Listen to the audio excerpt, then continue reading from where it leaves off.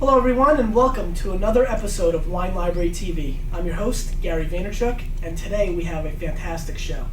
We will be talking about the wonderful world of Shiraz. Shiraz has quickly become one of the big grapes in the country, one of the top 5 selling grapes in America, and it doesn't look like it's going to even come close to stopping.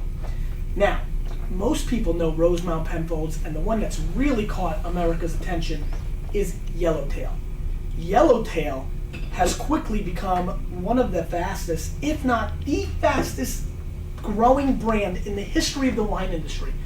Launched in 2001, it now sells 7.5 million cases in the year 2005. Ironically, today when I got my beverage journal, which is the price guide to New Jersey, the Yellowtail is the lead feature story. Everybody's talking about Yellowtail. You see it everywhere. Every time I go out to a restaurant, I'm seeing it.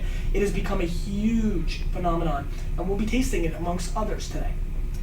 What we will be doing today is going through the 5 Shirazes, talking about them in a little bit more depth, because a lot of the comments that I've been getting from everybody has been to get into the wines a little bit.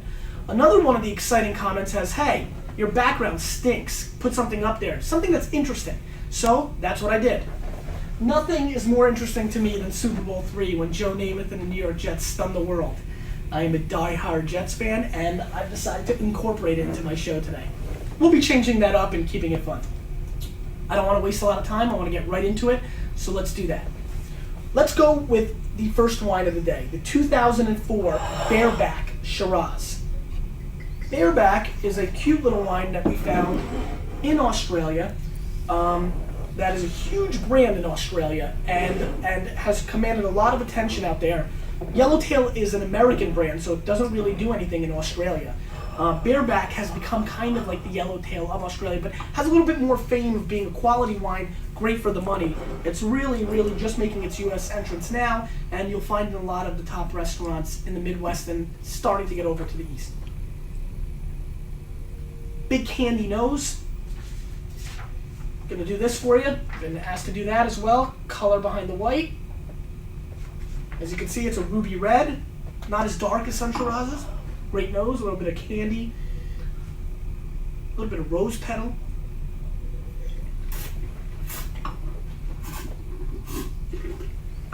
Good amount of sugar on the wine. A lot of fruit. Good complexity. Nice acidity balance. A little bit of a weak mid-palate, but again, this is a $5 or $6 or $7, $8 wine, inexpensive, under 10. Great QPR, great value. Let's leave that. Great little value, not bad at all. Not bad at all. Yellowtail, 2004. The 04 vintage in Australia is going to be a good one. Spectator scored at 91 as a vintage.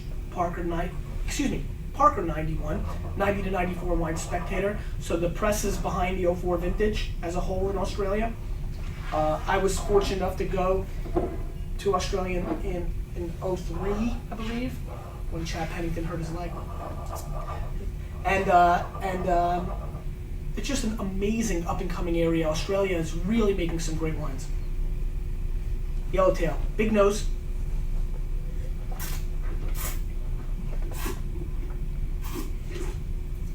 Also has that sugar flavor on it. Palates give you a little color, a little bit darker than a Bearbat, but a little bit more hollow.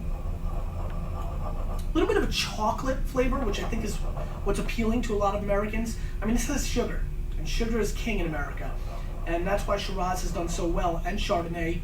That's your secret, KJ. Yellowtail looks to have figured out that. A little bit too much sugar for me, even more so than the Bearbat. I think the Bearbat is a little bit more of a wine alternative. This tastes a little bit fake, but not bad. I mean, I totally understand why it's popular. And it's got great fruit, and for the price, it's quite a value. Let's go to this new wine. It's been causing a lot of buzz in the store. I haven't gotten to try the 04. I was a big fan of the 03. 2-Up.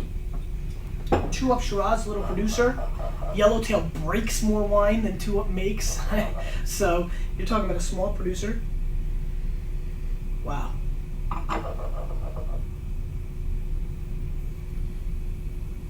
I taste I smell a great acacia flowers. A little bit of plum.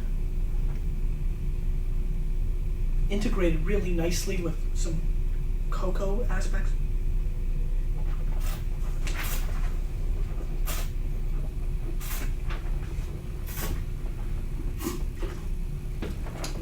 Wow, much better acidity, kills the other two, great structure, wonderful power, nice mid palate, still dry on the finish, it's still going. This is fantastic. Has a little bit of a bacon fat finish, which I love, but tons of fruits, strawberries, blackberries, currants, a little plum. This is what you're looking for, folks. This is a bargain too. I think it's under 15. Kangarilla Road, 2003. Highly scored wine. It's got over 90 point scores from the main press. But forget the scores. Let's get right into the wine. Maybe we hate it.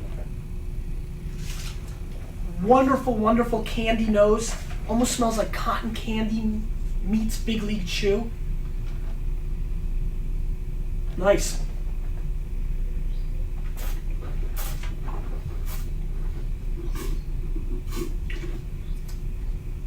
Not as structured as a 2-Up, but still very well made. A nice, dry, complete finish.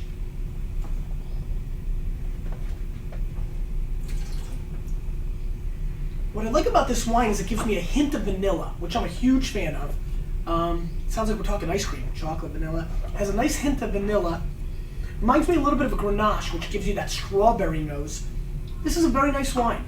Again, I'm not as excited as I am about the 2-Up. They're in the same price range, but it's great. It's really solid. And this is the thing. I mean, this one, I didn't want to do Shiraz today, mainly because they're normally very good, and I didn't want to come across like, hey, everything's so great. But the bottom line is this is a category that is appealing to the palate. They've definitely found out that the sugar and the fruit and the flavors are really appealing, and they're doing a great job. Rockbare, 2001. The oldest guy in the bunch. Powerful nose. Wow. Really complex. Smell a little bit of a creme de cassis on the nose.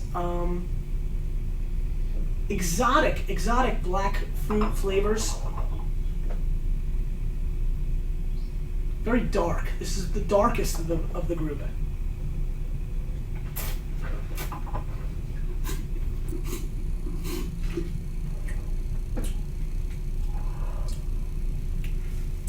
Very full-bodied, but a little bit off-balanced.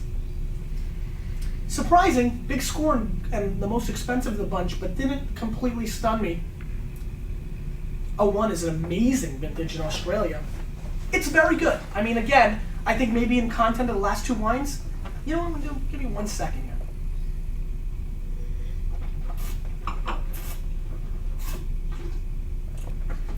Yeah, Yellowtail didn't get any better. Great nose and 2-Up. All right, let's rank them up. That's what we're here for, right? Let's do this. Okay.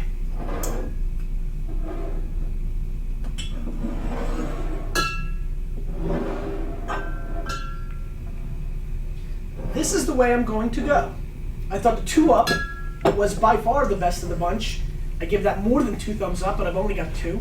The Kangarilla Road was excellent, very complete. Might have hurt a little bit by coming right after 2-Up. Bearbat stunned me. This is a value. Oops. Sorry. The Barossa Vale could easily be in the top spot. I just feel like maybe this bottle's a little off.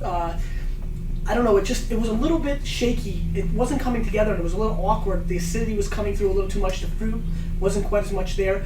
But I've had this bottle before and I've liked it quite a bit. So I wouldn't completely say, like somebody said, there's only great bottles. There's not great wines. But it's solid. It's solid. I mean, the Yellowtail is clearly in last place. This is not the bash Yellowtail. I'll be honest with you. If we had 40 or 50 Shirazes here right now, I guarantee Yellowtail would be in the mid-run. It just had tough competition today. 2-Up was stunning. I hope you enjoyed today's episode. Please continue to give us feedback. Email us. Leave comments underneath. I want to make it better. We got plenty of comments about attire. I'm going to keep it casual, no suit and tie. About the backdrop. I gave you the Jets today. About more descriptions, I hope I did a good job with that. Gave you the color with the white sheet. But whatever else you want, we'll be traveling. We're going to be doing different things. And I just want to make this as phenomenal as possible. And your feedback is the key. Thanks again for watching Wine Library TV. Gary Vaynerchuk. I'll see you next time.